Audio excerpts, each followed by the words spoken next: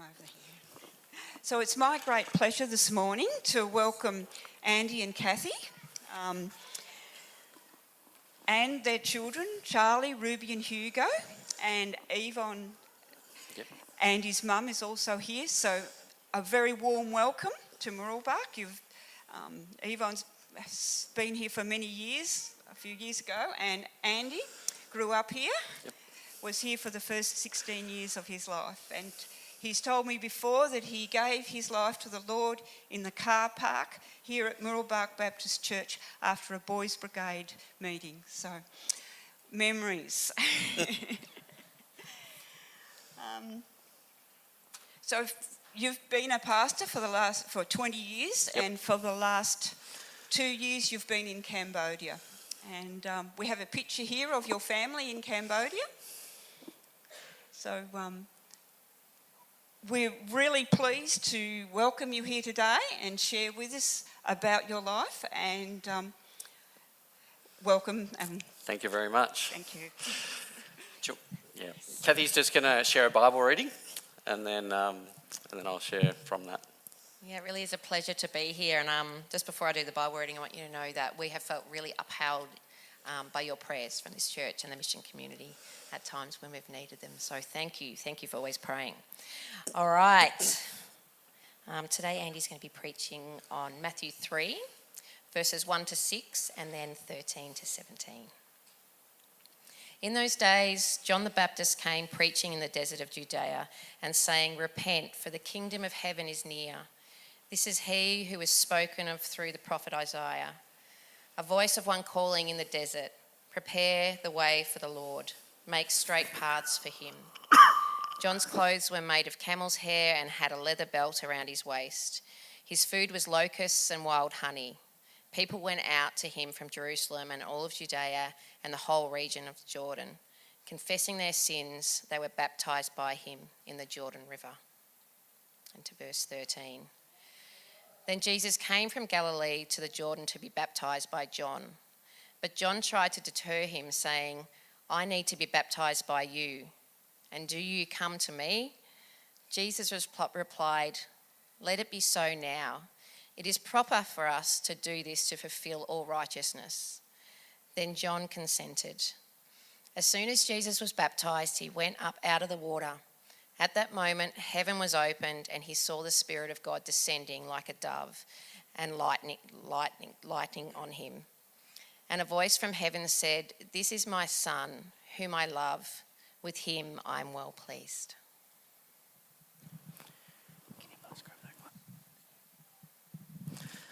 Well, thank you very much for having us here today. It's certainly a privilege and an honour to be sharing as part of your 70th anniversary. It's actually our family's 50th anniversary. I was speaking to Mum the other day, and just a little bit before I was born, our family moved into Croydon and they started attending the church. And I think we nailed it down to June 1972 that Mum and Dad brought 4 children at that point along to this church. So we've got a bit of a history here as well. And as I was... this place looked a little bit smaller than what I'm used to, I must admit. There's been a number of changes around. But I remember sitting in church listening to sermons, and it must have been soaking in along the way. But also I remember counting the bricks along the top of that row. I don't know whether that was, I don't know why, but I have a very distinct memory of that. I also have memories, very, very fond memories of playing soccer every week. My kids who are over there, guys, can you just, actually I'm going to get you to stand up. You don't have to come up, but just stand up. Sorry, this is the life of a missionary kid, that you have to do this in front of people.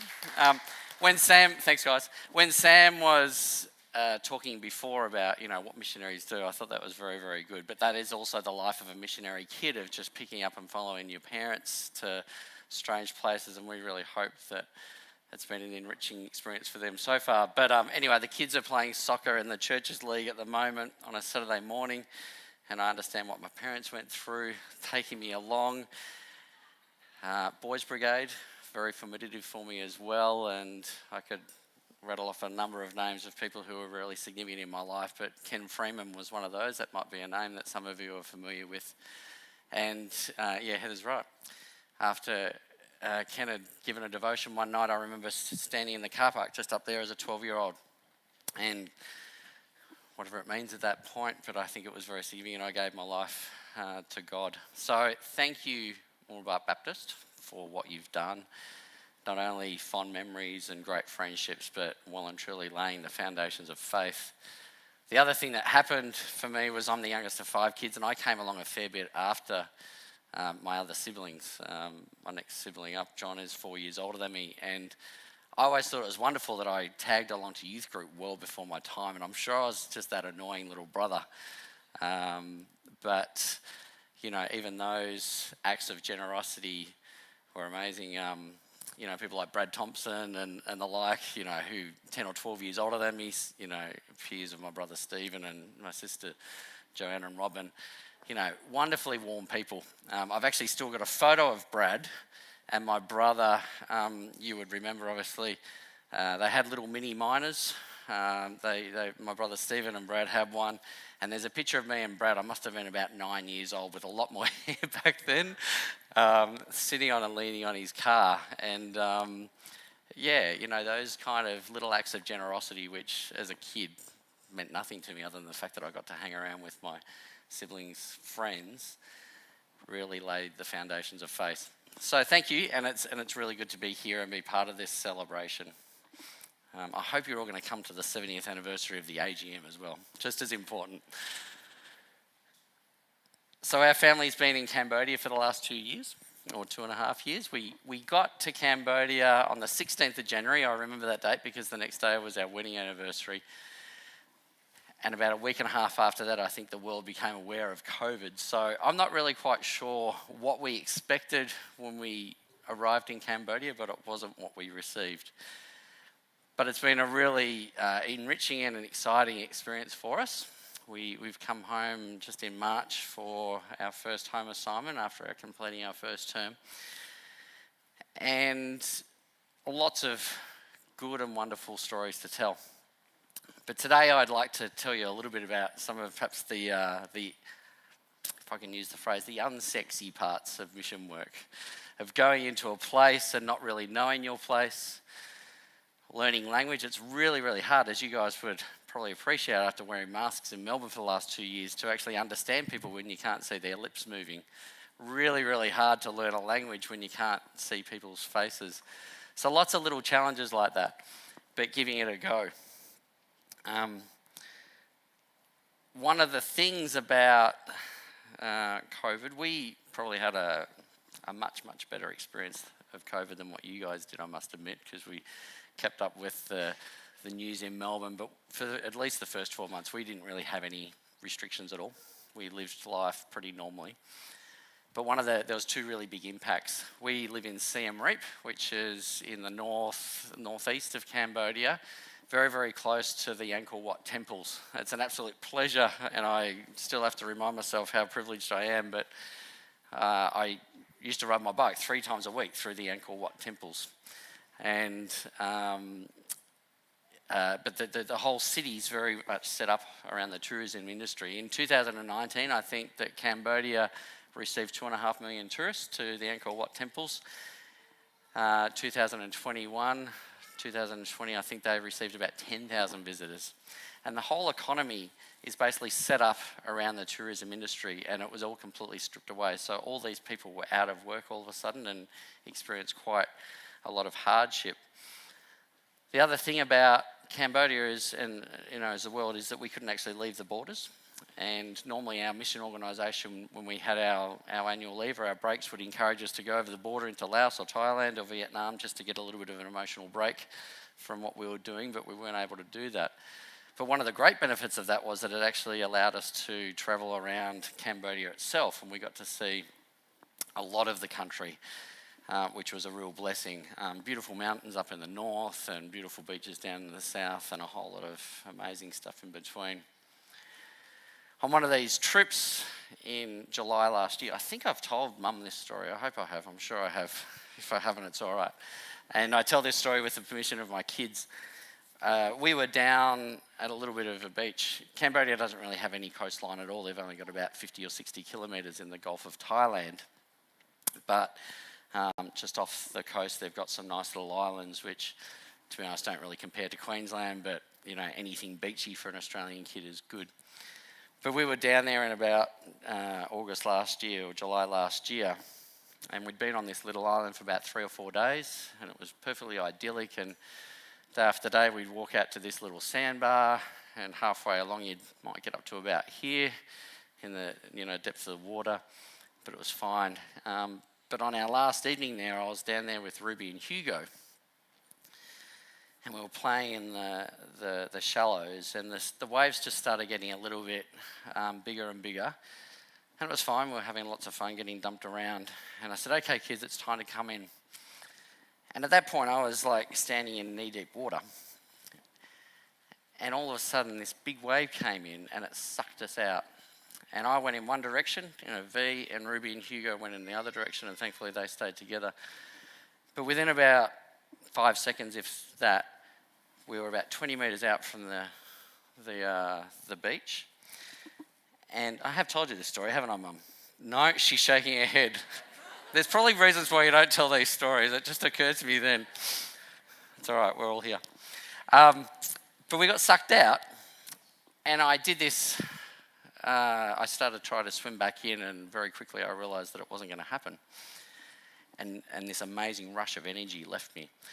And then these big sets of waves started to come in, really, really big waves. And I was about 15 metres away from the kids, and I could just see their little heads going under and hoping that they would come up again.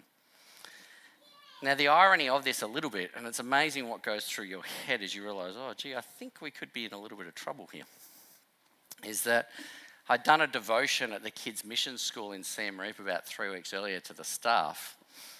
And the staff there are mainly expats from America and Australia and the UK, and also the rest of them are local Cambodian staff. And I'd been telling them about rips and riptides in Australia and what we're always taught as kids. And the first thing that you're always taught, and what I taught our kids, which I think is probably what saved our lives, was that you don't fight it. You have to wait it out, try and conserve your energy, and eventually you'll get put up onto that sandbank. And the point of that story was that, it's a little bit like God. Sometimes you have to stop fighting it and just trust in God and let God deliver you where God wants you to be. But I can tell you that in that moment, there was a fair bit of panic setting in. And even though I was trusting in God, I was thinking, oh, jeepers, we could be in trouble. And the irony of it is that I'd just done this beautiful little devotion, which is all wrapped up nicely for the staff about 3 weeks earlier. And then that was our very lived experience. That was the longest 3 minutes of my life. And I did actually have a thought or two that, oh, gee, I don't really want to die at the age of 47. And the most horrible thing was coming to understand and realise very, very quickly that there was absolutely nothing I could do for my kids. Couldn't get to them other than to keep on talking to them and coaching them. And I think Ruby genuinely saved her little brother's life, which she reminds you of a lot when he's annoying her. But eventually we started to bottom out with these big waves, and we walked up onto the sandbank and we were able to come to safety. In many ways, that's very much what our experience was like coming into Cambodia for the first time. You come into a place and on the surface everything is very familiar and very safe. So because Cambodia and Siem Reap in particular receives so many tourists, it's very set up for Western people. There's supermarkets, there's nice hotels, a lot of people speak English, and you can go and get any type of Western food that you like. So on the surface it's all very comfortable.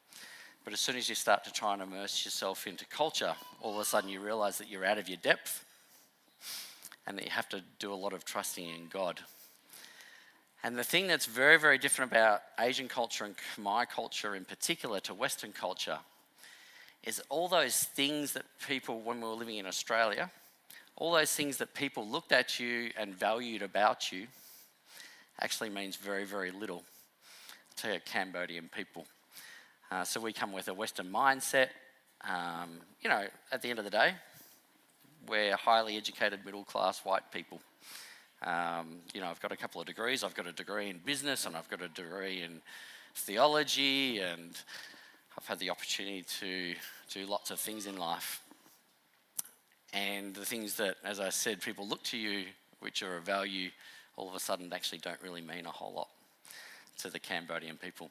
The Cambodian people have obviously had a very tragic and harsh existence.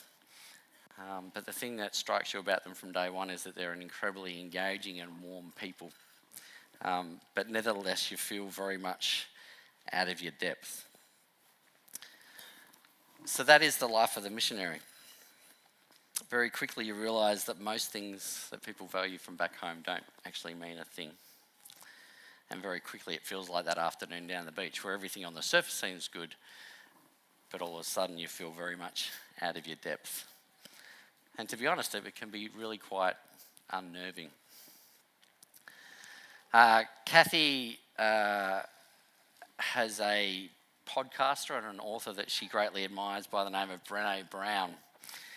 And Brené talks about this thing called mind in the gap, which comes from this, analogy or image of the London Tube, the underground train system, which many of you may have heard about. And we lived in London for a few years back before kids, and painted on the edge of every platform where the trains come in is this phrase, mind the gap. And obviously the idea is that when you step from the platform onto the train, because they're always in these tight tubes, sometimes there's quite a big gap. And Brené, who is a Christian author, uses this metaphor or this image to describe what it's like to be a missionary, minding the gap. And she describes it as that space between where you are and where you want to get to. It's about embracing the vulnerability of not knowing exactly where you stand and cultivating resilience. And most of all, it requires us to show up in new and uncomfortable ways every single day.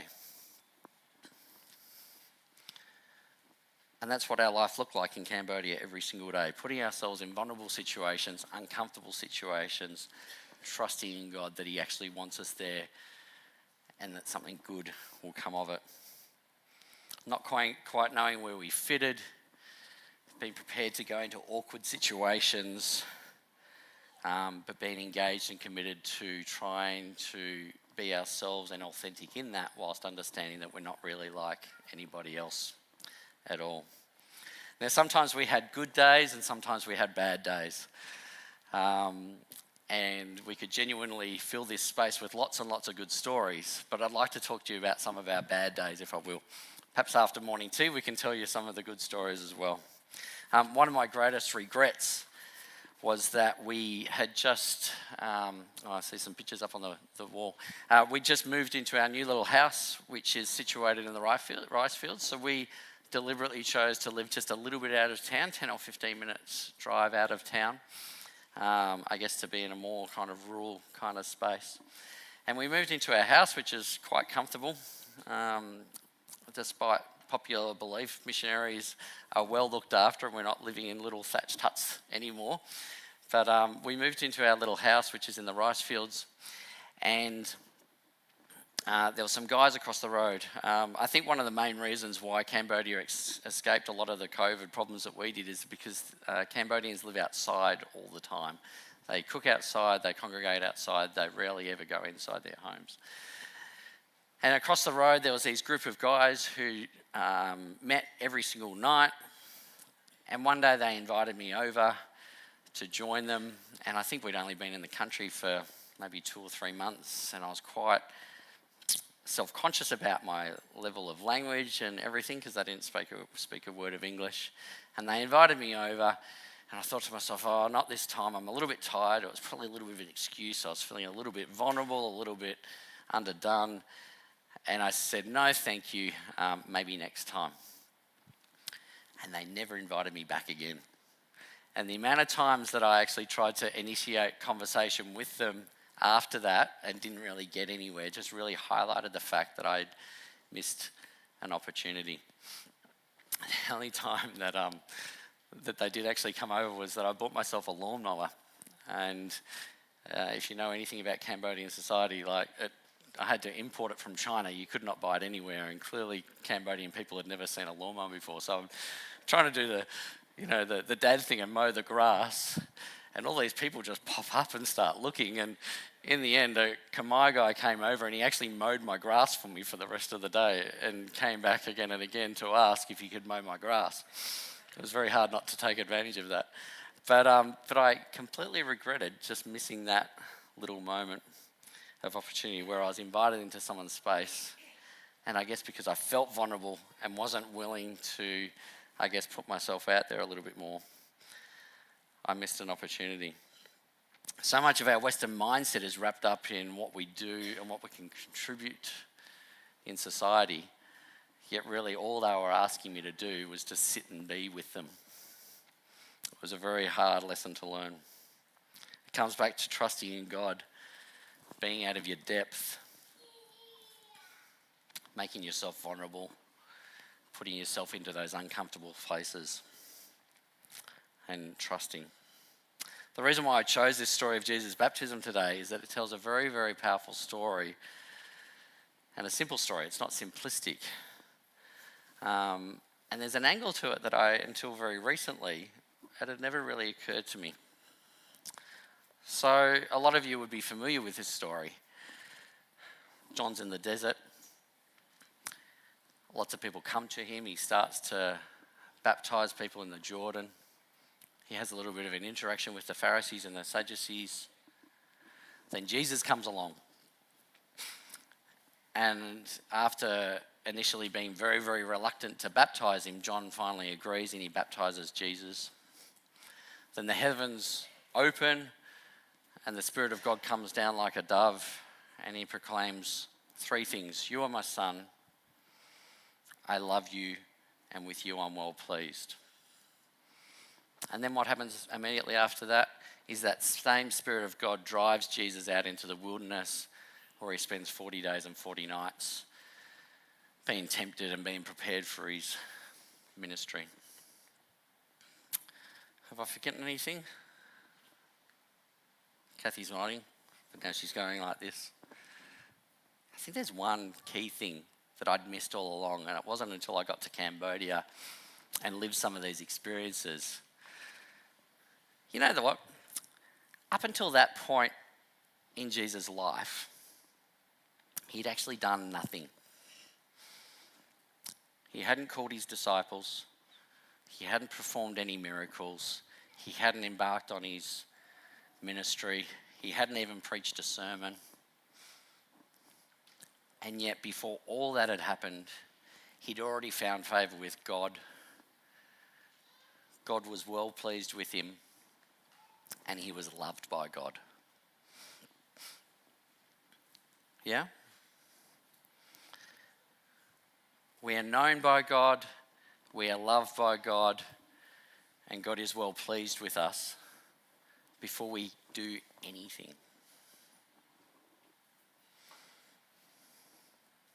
When the Spirit of God descended on Jesus and declared that this is my son, who I'm loved, who is loved, and who I'm well pleased, up until that point, he'd done absolutely nothing. Minding the gap. This is what mission life is all about. That place where we stand and look into where we want to be, embracing the vulnerability of that, and showing up in the uncomfortable moments and trusting in God.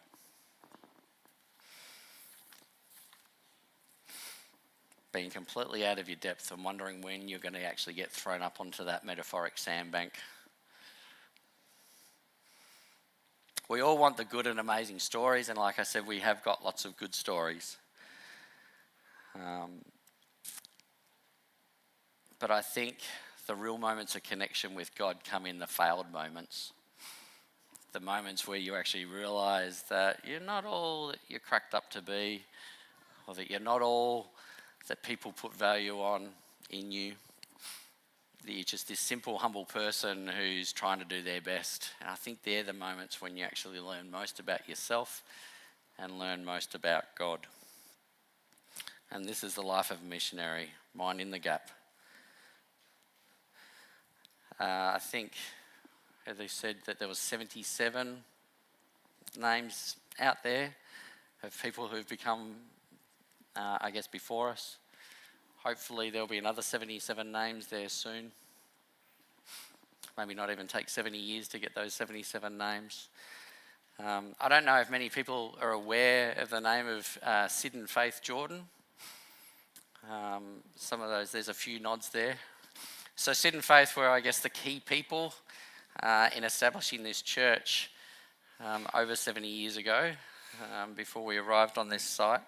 And they were certainly people who were very prominent in the church when I was growing up. I think Faith is a very, very appropriate name for somebody who can establish a church like that. Now, Sid and Faith were very, very humble people.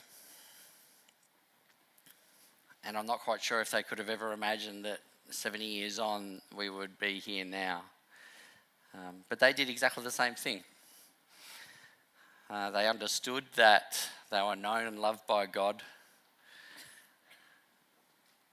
and that God valued who they were before they did anything.